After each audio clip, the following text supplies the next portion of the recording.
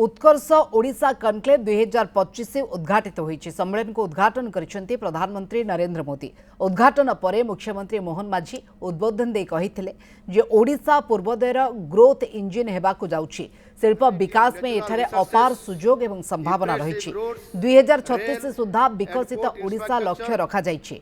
उत्कर्ष ओडिशा रे 100 रु अधिक शिल्पपतिंक सहित एमओयू स्वाक्षर करबा पई मेगा प्लान प्रस्तुत करिसेंती राज्य सरकार। शिल्प, आईटी, खाद्य प्रक्रियाकरण, पेट्रोकेमिकल्स, एमएसएमई सेक्टर रे निवेश पई निवेशककारी सहित आलोचना करी आगो को बढ़िबे सरकार।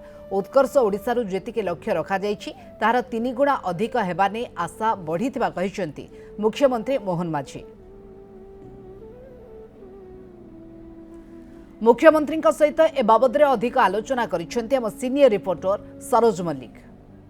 केउझर स्टील प्लांट हम बारंबार मुख्यमंत्री कही आज एमओयू स्वाक्षरित होती। मुख्यमंत्री खुशी अच्छा आम सहित मुख्यमंत्री अच्छा जे सर आप दीर्घ दिन धरी केउझर कहते स्टील प्लांट कर आज एमओयू स्वाक्षरित होती। निश्चित भाव में आज मु बहुत खुशी निजक आज केन्दुझरिया हिसाब से भारी गौरवान्वित मन करुँच। मो केन्दुझर जिले में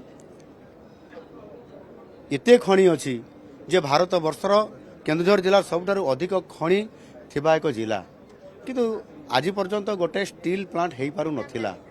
मु अनेक समय आंदोलन करिछि, अनेक समय मु नेतृत्व नेछि किंतु मु करि पारि नथिली। आज आम सरकार आसिला, ये सरकार भी नेतृत्व आज मते मिलिला एवं किछि दिन पूर्वरु मध्य मु अनेक समय केउंझर स्टील प्लांट करिवार हेबा पई जाउछि बोली मु घोषणा करूथिली एवं आज ताहा साकार हेछि। आमको सफलता मिली।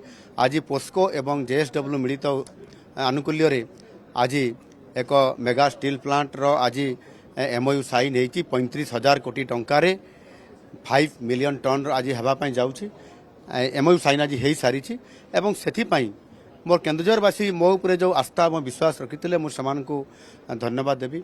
माँ तारिणी निकट रे प्रार्थना निश्चित भाव में करी जे तांकर आशीर्वाद आज केन्दुझर उपरे पड़ी एवं आज ता साकार होती। या सहित आहुरी 4टी ରୁ 5ଟି कंपनी केन्दुझर भी आहुरी स्टील और अन्यान्य रेन्यूएबल एनर्जी सहित सेठी प्लांट प्रतिष्ठा करने से एमओयू साइन आज और काली भितर करेंगे।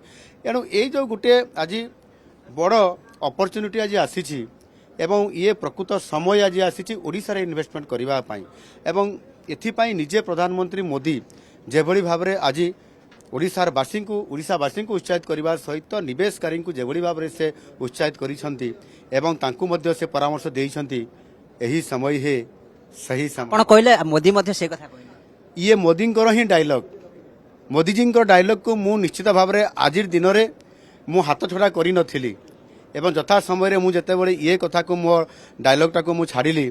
मोदीजी जते बळे तांकर अभिभाषण रखिले से मो कथा को उद्धृत करी पुणी कहिले जे मुख्यमंत्री से कथा को मुझे उपस्थापना पुनर्बार करने चाहूँगी।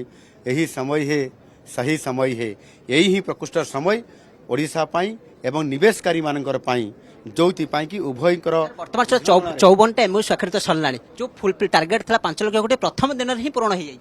निश्चित भाव में ये जो टार्गेट आमर थिला 5 लाख कोटी टंकार इन्वेस्टमेंट करने ताहा आज एवं काली भितरे ताहार 4 गुणारू अधिक एथिरे पुंजी निवेश हबार बहुत संभावना अच्छी। आलोचना जारी रही। मुझे 10टी कंपनी सहित 1 to 1 आलोचना करी मु आसी। निश्चित भाव में एमओयू साइन ये प्रक्रियाकरण जारी रही। ओडिशा आगामी दिन में भारत वर्षर श्रेष्ठ अर्थनैतिक राज्य हिसाब रे 5टी राज्य भितरे ओडिशा एंट्री करने जाऊँगी। आज आज ताहा प्रमाणित करुछि जे ओडिशा आउ पछरे नाही वर्तमान बहुत आगरे आगको जाउछि। निश्चित भाव में मुख्यमंत्री कहते जे ओडिशा आगको बढ़िबार लागि एवं पुंजी प्रति आग्रह ओडिशा प्रति बढ़िबार लागि। कैमरा पर्सन पतिल बाबन Saroj Mallick news 7। Exchange your old AC and take home a new power saving AC. Save up to rupees 10,000. Patro Electronics, Odisha's largest AC seller.